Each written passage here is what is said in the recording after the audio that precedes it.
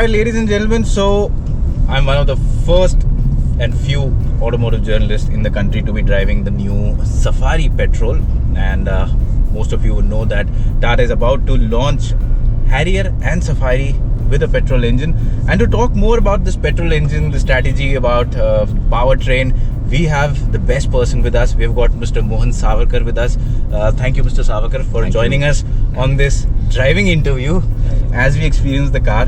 Now, first questions, ever since we got to know about this engine, also we saw in the Sierra, the first doubt, people say when we talk about Tata Motors cars, the first thing that comes to mind is solidly built heavy cars. And a 1.5 litre petrol engine, people do have their doubts. So, do you think that the engine is just enough to take on this load? Sure. So, the way that Indians look at cars is generally by the engine size. Right, And that's not correct. by what the engine can do for the car. Okay. As opposed to, let's say, what happens in Europe, where it's quite normal to see a car of this size Right, being powered by just a 1.2 litre GDI. right. So maybe now it's time for us to provide that experience, to demonstrate that a 1.5 litre engine is large enough Right. and powerful enough for a car like this. So since you mentioned Sierra, so this engine is a little above the one that you see in Sierra. So in terms of torque, this is 280 Newton meters, which is about 25 more. Right. And in power, it is 170 PS, which is 10 horsepower more. Right. But that's only part of the story. Okay. The story is in terms of how the engine plus transmission is mated to the car and what we can make it to do. So the engine, for example, has several technologies that help us to deliver power when required or deliver economy when required. So it has something called a variable geometry turbocharger, electrically driven, Okay. which, for example, can produce very high torques even at low RPMs. So this car can do 160 Newton meters at 1000 RPM. Oh, okay. It can achieve the max torque, which is 280 Newton meters at 1750 RPM, and from then right up to 3500 RPM. So the tech that we have provided in this car really helps us. Okay. So we have the dual camshafts also with variable timing, which allows us to run something called a Miller cycle. And in this we have a Miller 160. Okay.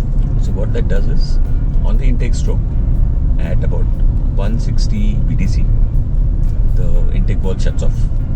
Right. So as you know, turbocharged air is quite hot, Correct. which is not conducive to good combustion.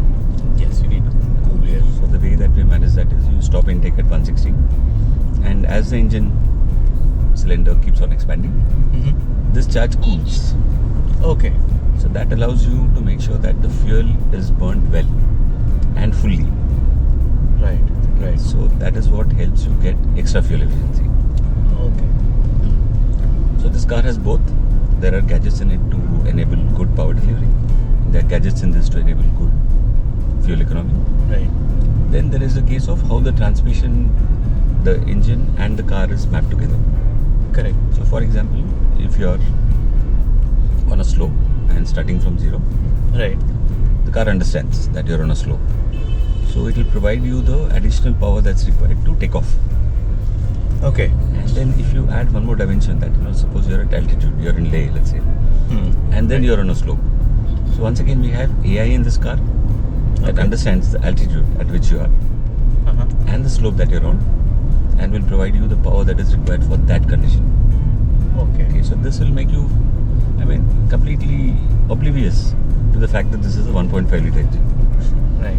Okay, so then let's say when you're shifting gears, in the manual one especially. Right. So when you're in first gear wanting to go to second gear, when you press the clutch, normally engine RPM drops. Correct. And then once you engage, then you press the accelerator and it goes up. Right. This car does it a little more intelligently. Okay. So it understands that you're upshifting. It calculates what the landing RPM should be for your speed. Okay. And it will take the engine there, even before you leave the clutch. Oh, okay. So it sort of pre-preps it in a way. So that makes it very smooth, number one. Number two, the topic of lack of power doesn't come at all. So as you're accelerating, you know what's going to happen, and the car takes care. Right.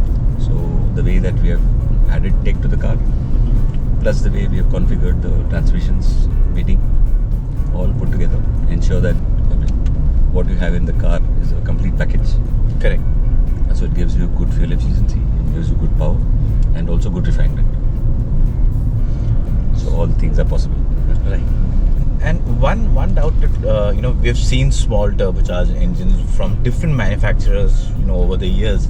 Now one key issue that customers have faced real world across different areas in the country is that while these engines are small but powerful, in city when you're driving them in slow traffic, when the turbo is not getting enough spool, they are not fuel efficient at all.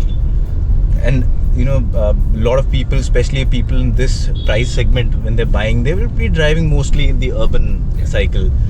So you did mention like the lower RPMs at which it operates. So in addition to that, are there any other measures you've taken to ensure that fuel efficiency remains consistent for buyers? It doesn't goes up to a high on highways and suddenly plummets in traffic. So because the car has got all the techs that we discussed, Yes. like the motorcycle, like the VGT, the VCTs, Right. so it is able to tune what needs to happen in the car. Okay. So even the 350 bar injection system that we have in the car can meter the amount of fuel that's required Okay. based on what you're doing. It can do number of injections per cycle, Okay. and we can determine how much fuel goes in with every cycle. Okay.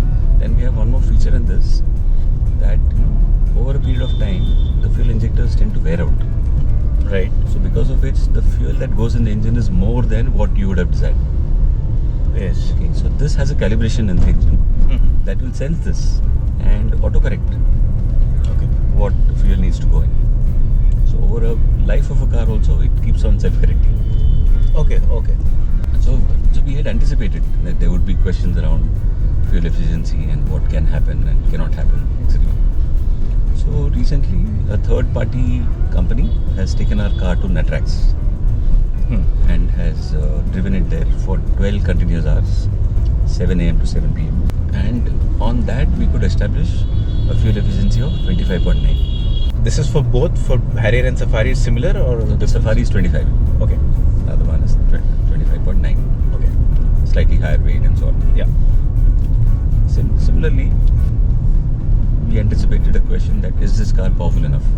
Yes. So to demonstrate that, the same company has done a top speed of 260 on this car, on the Natrax, which is again not available anywhere with any engine or any car Right. of this size. Correct. And both of these are today acknowledged as India Book of Record entries for this segment. Yeah, for a car of this weight, size, the kind of aerodynamics it has to go through, 216 is definitely an impressive Good number. speed. Yes. But then that's not available for normal customers Yeah. because the fuel injection system has been cut off at 190. Okay. But we wanted to see what the car can do. So it's capable of, but in interest of maybe safety, then they have capped it to 190 for buyers. For cars on the road. Okay. That way. And Mr. Savakar, you mentioned, AI, the kind of role that, like AI, you said, will automatically learn, make changes. So, what is the extent to which you see AI going to in the coming times? This is just one, in terms of tune, but what is the future you see in the next few years? So, AI applicability in cars should be seen with a lot of caution. Okay. In the sense that in a car, there are things that need to happen in milliseconds, Correct. for which you can't depend on AI to access some database, some server in Right. the cloud, and then do something for you and come back. Which is okay if you're navigating from place A to place B, or you're trying to find a coffee shop or a petrol pump. Yeah. So those kind of things are, oh yes, you must do AI. Yeah. Okay, so everything that is, let's say, an interaction between the occupants and the infotainment system, once again, you must do AI. But there are things like safety, where Right. doing AI may not be so, let's say, available as of today. Okay. There may become a time when it's also easy, but may not be right now. Okay. So one of your rivals, your key rivals, is the XUV 700. Now, of course, the new one is coming. New name, different engine strategies altogether. So how do you see this playing out? You're contesting for the same customer, pretty much same in terms of body size, seating, performance. So how do you see the strategy playing out in the long term with completely different, strategies for Mahindra and you? So, I mean, like in every other area, so when there is competition, there is a choice. Yes. And there's a choice that someone brings, and there's a choice that we make. Let's say. Right. This time we have tried to make sure that we are trying to address all the reasons for which people don't buy petrol SUVs. Okay. The mileage that one gets, and by the way, people like mileage, but then they don't want to give up on power also. So that one also. Then the refinement in the car, the quietness in the car. Right.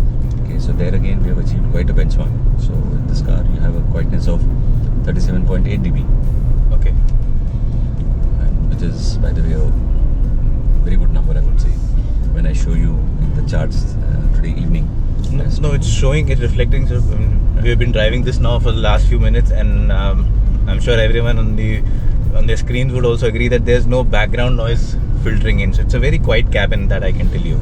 So yes, that's clearly showing. And from a powertrain perspective, going forward, how do you see things playing out? Emission norms are getting tighter. Customers' expectations are not getting tighter; they are only expanding. They want more power. They want more fuel efficiency. So how do you see? How do you constantly keep bringing solutions in terms of gearbox, in terms of engines? How do you see this over, say, the next decade? Will it be very hard to manage, or how does it play out? It is not going to get easier for sure. Right. And the different axes on which one needs to improve would include regulatory. Where over the next few years you would see a BS7 also. Right. You would see a Cafe 3 coming up shortly, then maybe a Cafe 4 sometime during next decade. And one has to keep on improving engines even for the regulations. Right. Okay, and once you do that, then obviously the benefit comes to consumers also. Because when you are trying to hit the regulations, obviously your car becomes more and more efficient in the way it burns fuel, in the way it transfers energy from the engine to the wheels. Right. So all that will help everyone. And I mean, there would be an expectation going up from consumers. But then there's a lot of work happening in the industry to make sure that those expectations are also met. So we don't see a problem in that. And like we spoke, like I spoke earlier, we discussed how Tata's image is about safe, solidly built cars, and they tend to be heavier than their rivals on most occasions. Now, when your team, everyone's working on new models, has it come to a situation where you have discussed that maybe we should bring the weight down? It'll help performance, it'll help emissions, fuel efficiency, because some of your rivals with lesser weight still manage to get the crash test ratings. How do you balance that? Okay, so getting the weight down, as you say, is a different topic, and it affects different parameters in the car. Yeah.